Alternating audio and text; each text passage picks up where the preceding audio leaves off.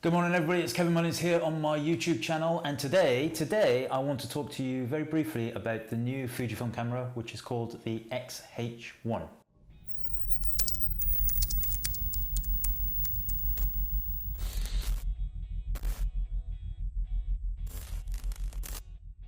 So this camera was released yesterday, it was announced yesterday, and I had just half an hour, maybe an hour max to play with that camera a couple of weeks ago. I haven't been involved in it in any way, shape or form, so I actually didn't know anything about the specification or the styling or anything officially until I saw it a couple of weeks ago. Now, what happened yesterday was I put some images on my blog. I'll show you the camera here in the screen now. And I had questions, boom, boom, boom, questions all over the place. Why are Fuji making a bigger camera? Why is it this? Why is it not this? And so, well, I thought, you know what, I'm just gonna sit down, I'm gonna make a little video and explain to you what I think the camera is about, what I think the camera has that's good, and what I think the camera has that's maybe not so good. But more importantly, I think probably where the camera is aimed at. So, you know, I've spent the last kind of 6 or 7 years or so extolling the virtues of smaller cameras, smaller mirrorless cameras, and the fact that I moved from DSLRs right the way down to kind of X100s and even X70s, and I shoot weddings and I shoot my documentaries, etc. on those kind of cameras. That does not change. I absolutely believe that the Fujifilm system, for me, the reason why I invested in it all the way back in kind of 2011, 2012, is because of the size. It makes it much easier for me to do my job, and that definitely will not change. Now the X-H1 has come along and it's answered quite a few questions for people, but also it's kind of, you know, it's kind of like an elephant in the room. It's like, Fujifilm, you've got this lovely new camera, but it's bigger and it's more bulky. So this is what I think the camera is aimed at. I think the Fujifilm X-H1 is really aimed at either video makers, sports photographers, wildlife photographers. Now, one of the things that people say to me quite often about the mirrorless system is, yeah, I actually really like it, but you know what, it's actually too small and my hands are big and, you know, I can't quite get it and I put big lenses on and the balance isn't quite right. So I think this camera is perfect for those types of people who are going to be using longer lenses, maybe primes or zooms, heavier lenses. They're going to be using tripods and not going to be moving around too much. This is going to be good. You know, you've got that big grip, you've got that kind of much more tactile feeling to the camera. So for those people, I think it's the perfect size. I think it's the perfect fit. That grip is great. The body itself is solid. I mean, really solid. It's, I think, 25% more, has more magnesium in it. It's scratch proof. It's kind of scratch resistant, weather sealed, obviously. And it's very true that it's a little bit bigger than the X-T2, and it's probably more in the styling of the GFX. So, you know, if you are after a small style camera to go out shooting street photography or shooting your weddings in a documentary style, then probably the X-H1 is not for you. So let's just quickly think about what it does do, perhaps what it doesn't do.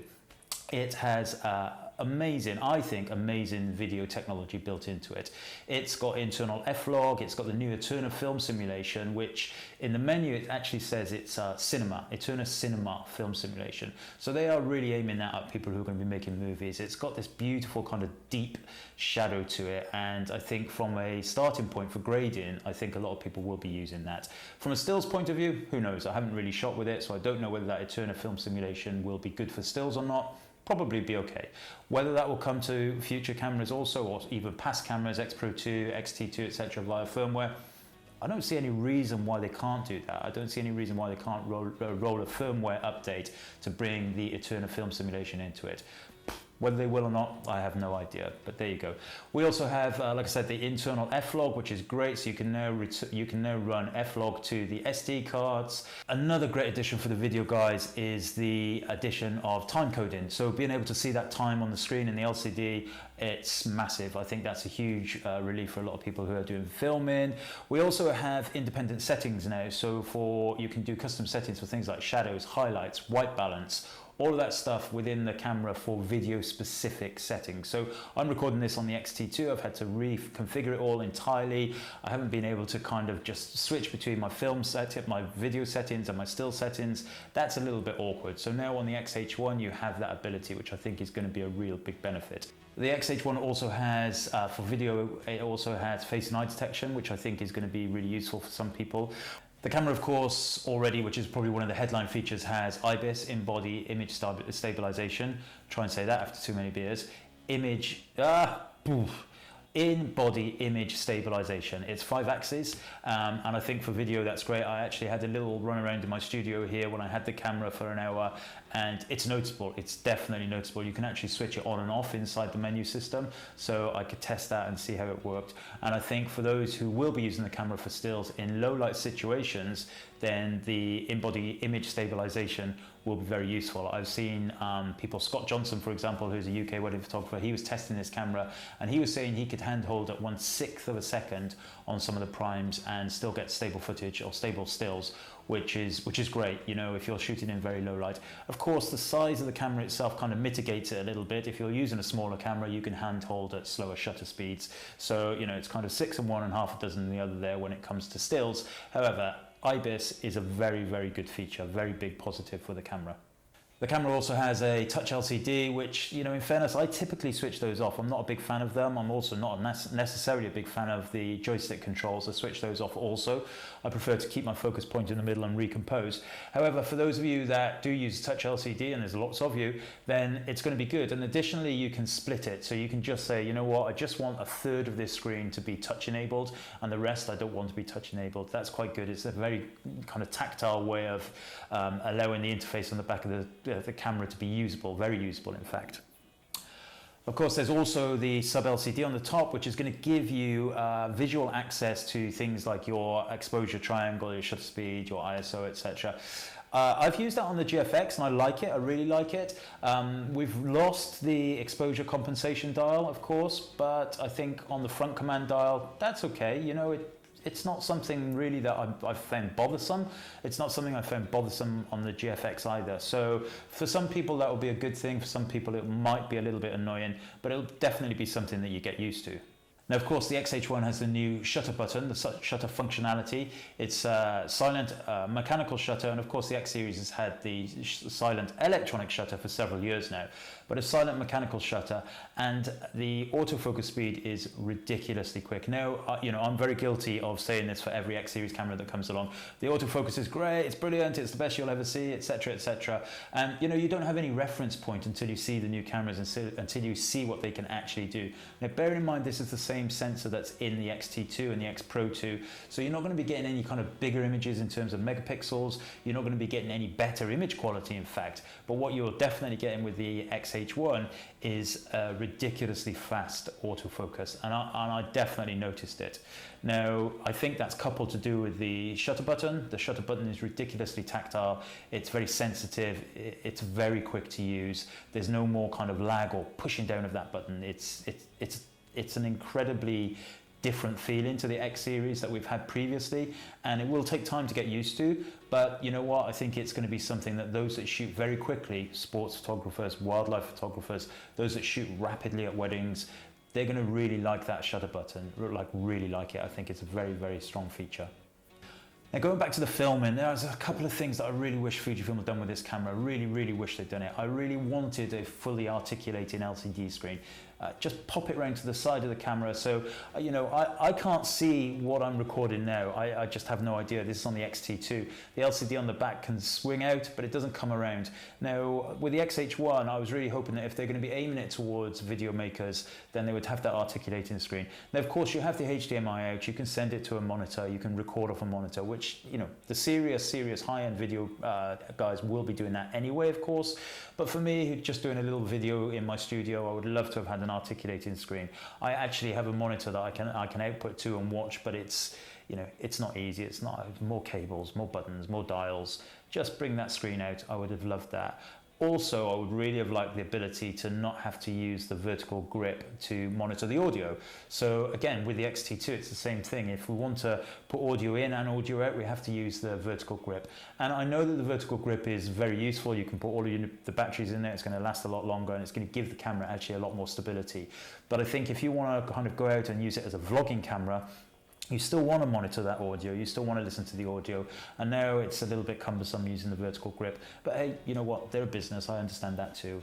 So you know, the vertical grip is good, it's actually really nice on the camera, it feels very good, just like it does on the X-T2, but it's a necessity, I think, if you're going to be doing video. So back to that question, who is going to be using the X-H1? Why have Fuji created it? And as I said right at the very beginning of this little video, I personally think this camera is aimed at sports photographers, wildlife photographers, video makers, people who do not necessarily need to have the small camera size, but want the extra functionality, the extra the grip, you know, the versatility of having a bigger body and a kind of much more sturdy body. I think those who are going to be out in the wildlife shooting in the gorse and, you know, using their big long lenses, this camera is perfect for them. Sports photographers, perfect. Put those big long lenses on the tripod, it's perfect, it's nice and big, it's no longer kind of small in their hand. Wedding photographers, street photographers, no, not so much. There is no reason to move to the X-H1 from something like an X-T2 or an X Pro 2 if you are shooting considered wedding photography or you want to be more discreet on the streets. I think the smaller cameras are better for that. I think even things like the XE3 are better for that. This camera is all about power. It's all about efficiency, and it's all about allowing people, you know, who need that extra size, that extra tactile nature of the camera to get their hands on one. So really Fujifilm are giving people options. This isn't an upgrade. I don't see it as an upgrade to the X-T2. I see it as another option in the line, and that's probably why it's not called the X-T3.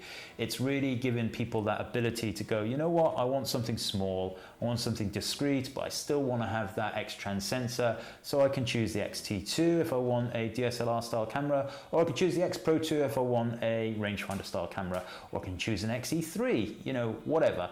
But they're giving people the option now. They're giving people the ability to really kind of look at the series and think, that's the camera for me, almost without compromise, I suppose. It's a maturing system, of course. I was way back at the X100 when it was a very embryonic system, and now the system has matured massively, and also we have the GFX, remember that. So for me personally, if I buy the X-H1, then it will be for video. It will be for creating these YouTube videos. It will be for building on the video business that I'm trying to market right now. But it won't be for shooting my weddings. It won't be for shooting street photography. I just do not see the need for it. Now, one thing that would be very cool in the future is if that autofocus functionality and that shutter mechanism could be rolled into an X-T2, X Pro 2 style camera. Now, I really don't know what they can do, Fujifilm, with the APS-C line. You know, physically, I think they're at the limits in terms of the sensor size. You know, they can't get any more pixels on that sensor. So what do? I think they probably are going to be looking at things like adjusting the functionality of the cameras and adding almost bells and whistles, if you like. Now, if we can have that autofocus system and that shutter system in any kind of future upgraded cameras, I think that would be wonderful. Okay, so thank you very much for listening. Subscribe to the channel, like the video, share it if you so wish, and I shall see you next time.